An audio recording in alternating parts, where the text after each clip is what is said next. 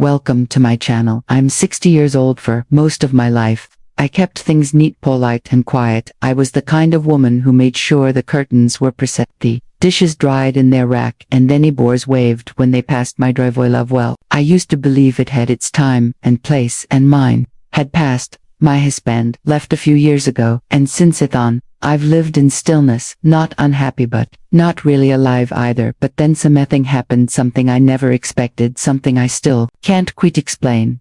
It was one of those moments that starts out so ordinary, so harmless, and then shifts. It left me looking at myself and others in a way I never had before. I never thought something like this could happen to me. Please don't make the mistake. It was a Thursday morning, the kind where the sky was blanketed in soft gray clouds, and the air had that warm sticky cling of early summery. Had just stepped out of the shower wrapped loosely in my old burgundy robe bath, one that barely reached my knees, and had a fraying belt from too many washes. He hadn't planned on seeing any on. Honestly, I was enjoying a little solitude, letting my hair air dry, while sipping coffee by the kitchen window. Then came the knock, 3 soft raps at the door. I froze. Who knocks at 9:30 a.m.? On a weekday. I patted across the cool tile, one hand holding my robe shut a little tighter, and peered through the side window. It was Mason, my neighbor, tall, lean, maybe 23 or 24. His mother Denise had mentioned he was home from college for the summer. I'd seen him a few times, mowing her lawn, shirtless, earbuds, and not noticing me watching from behind the blinds. I cracked the door. Hi Mason, is everything okay? Hesmold, that sweet, slightly bashful smile boys carry before they turn into men. Hamus. Carter, sorry to bug you so early. Me mom's not home, and I kind of locked myself out. I blinked. Out of your house? Nodded. Yeah. I was taking the trash out and the door slammed shut behind me. Tried calling her, but she's not in swearing. I glanced down at myself. Rabibare, legs, wet hair, and hesitated. But something in his expression was boyish, sincere. He wasn't looking at me the way men usually did. He looked embarrassed, helpless. All right, come on in, just keep your eyes at eye level. I teased hello awkwardly and stepped inside, careful not to look too long. I'd guided him to the kitchen, poured him some coffee, and tried not to notice how Grum looked taller than I remembered, shoulders broader.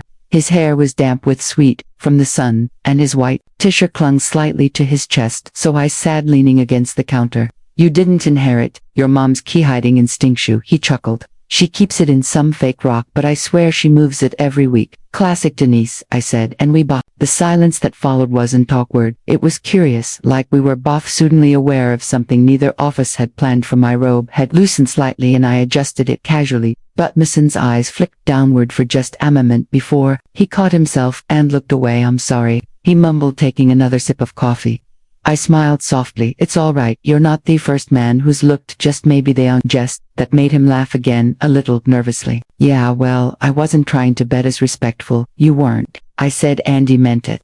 We talked a while about his plans, and then something surprising happened. As he stood to refill his cup, he glanced at me and said, you know, you look good, miss. It wasn't the words that got me at Washoe. He said them like it had been sitting on his tongue for a while, like I wanted to say it before he lost the nerve. I didn't respond right away. I just watched him, his hands slightly shaking as he poured, his cheeks redder than before. Mason, I said slowly, carefully, you're sweet. But he turned. I know it's probably stupid. I've always thought you were beautiful, even when I was a teenager. His voice was quiet, his eyes not cocky but open, raw. Even that silence came again, thick, charged, and in that moment something shifted. Inside me, I wasn't just a woman in a robe anymore. I wasn't invisible. I wasn't past anything, but I also knew whatever happened next, it had to mean something. It had to be more than impulse. So I stepped closer, put a hand in his arm, and said, let's sit down.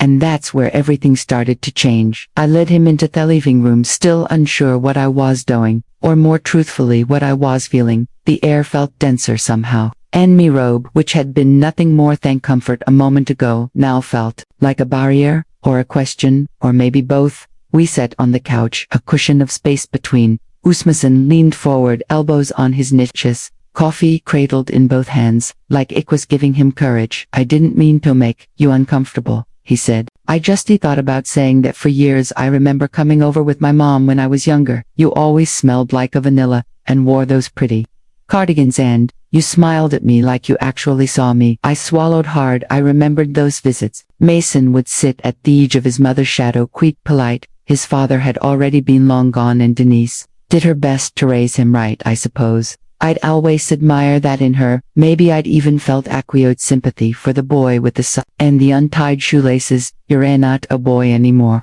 I said. Surprising this, he turned to look at me, the smallest flicker of something intense in his gaze, not lust, not exactly, it was deeper, that unspoken hungry kind of curiosity that asks, could this be real? I know I'm not, he said, his voice softer now, and neither are you, just some lady next door that made me. What am I then? He shrugged, but hadn't looked away. I don't know. Someone I've always wanted to talk to, someone who seems like they've got a whole world in their eyes. I looked down, blinking faster than usual. I haven't been seen in a long time, I admitted. Not like that, not fully. We sat in silence for a moment that was filled with more than words ever could be. Then I reached for his hand. I didn't mean to, it just happened that his fingers were warm and trembling slightly, but they closed around mine like it was the most natural thing in the world. I'm not sure where this is going, Mason, I said quietly, but I'm not scared of it. His eyes searched mine. Me neither. I let out a breath I didn't know I'd been holding. I was keenly aware of the thrum of blood in my ears, the heat from the morning sun filtering through the windows, the weight of this small and strange moment that had somehow changed everything.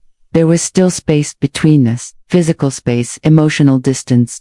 Budget was shrinking slowly with every breath, every glance. Then, as if guided by something unspoken, Mason shifted closer. His hand brushed me knee, not accidentally. I didn't move, I didn't speak, and when his hand lingered, light, unsure but undeniably real, I looked at him with something close. Tolakan, I ask you something, he said. Of course, why did you let me in?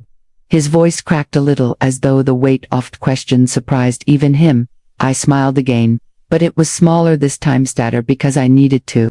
Remember what? Like to let something in. I nodded, then gently took my hand again, this time lifting it to his lips, a soft tentative kiss that lingered more in its touch. Nothing more happened at night then. No lines were crossed, no promises made, but I think we both knew something important had begun. Not a love affair, not a mistake, a shift, a recognition, and somewhere deep in my chest I felt the echo of a heartbeat, thought I'd buried long ago. The rest of that day felt like a dream wrapped in silence. Mason stayed for another hour. More we talked about nothing and of everything, his plans after graduation, my old job at the library, the tiny rituals that made up our days. I changed into something more proper, a light blouse and soft jeans, but the shift between us had already happened. My robe hadn't been the cause, it had only been the opening. Eventually, he got a text from his moment, said she was on her way back, up slowly like he wasn't sure. He wanted to leave, and I walked him to Theodore. He paused, their fingers grazing Theodore. Thank you for letting me be here. I nodded, thank you for seeing. Then he left. The house felt different after that, not emptier but stirred, like someone had opened a window in a room that had been sealed for years. However, the next few days, I went about my life, grocery runs, folding laundry, sweeping the porch, but something in my head changed. I caught myself looking for his car in the driveway. I stood a little longer by the window in the mornings. I found myself brushing my hair with more intention, putting on lipstick for no real reason. Then Saturday came. I was trimming terraces out front when I heard footsteps in the gravel. I didn't look up right away. I didn't need to. Hey, Mason said softly. I turned. He wore a dark green shirt and jeans, simple, clean. Nervous energy clung to him like humidity. Hey, I replied. You locked yourself out again, Hesmald? Nope, not this time, I arched an eyebrow. Then what brings you here? I stepped closer. I couldn't stop thinking about you. I know it might sound crazy, and I know you probably have every reason to tell me I'm too young, or thought this is some sort of phase, but I don't care. I meant what I said the other day. I didn't interrupt. I let him speak. I spent so much of my life around people my age, fast talkers, loud energy, always chasing next thing but you. You make space, breathe in silence. I feel come around you. I feel real. My chest tightened. Mason, I began, but he stopped. Please, I'm not asking for anything. I just wanted to see you again, and he wanted you to know that this, whatever this is, it matters to me. His voice didn't shake this time. It was quiet but strong. I stepped forward, unsure what I was doing, until I was inches away. You're a kid. I see that now, and you're right. There is something here, but it's delicate, and it's complicated. I've spent a long time guarding myself from risk, from feeling too much, from wanting something I wasn't sure I could have. Again, looked down. I don't want to hurt you. And I don't want to leave you somewhere you'll regret, he said. We stood in that tender tension for a long moment. Then, gently, I reached up and brushed a strand of hair from his forehead. A mother's gesture perhaps buttressed with something deeper. I'm not ready to define this, and I said, but I'm not ready to walk away from it. Itheride exhaled as if he'd been holding his. For days, would you, he asked it hesitantly, maybe want to go for a walk later? Just talk, no pressure, I smiled. I'd like that. He turned to go, then hesitated. You smell like rose. That's because I was fighting with One.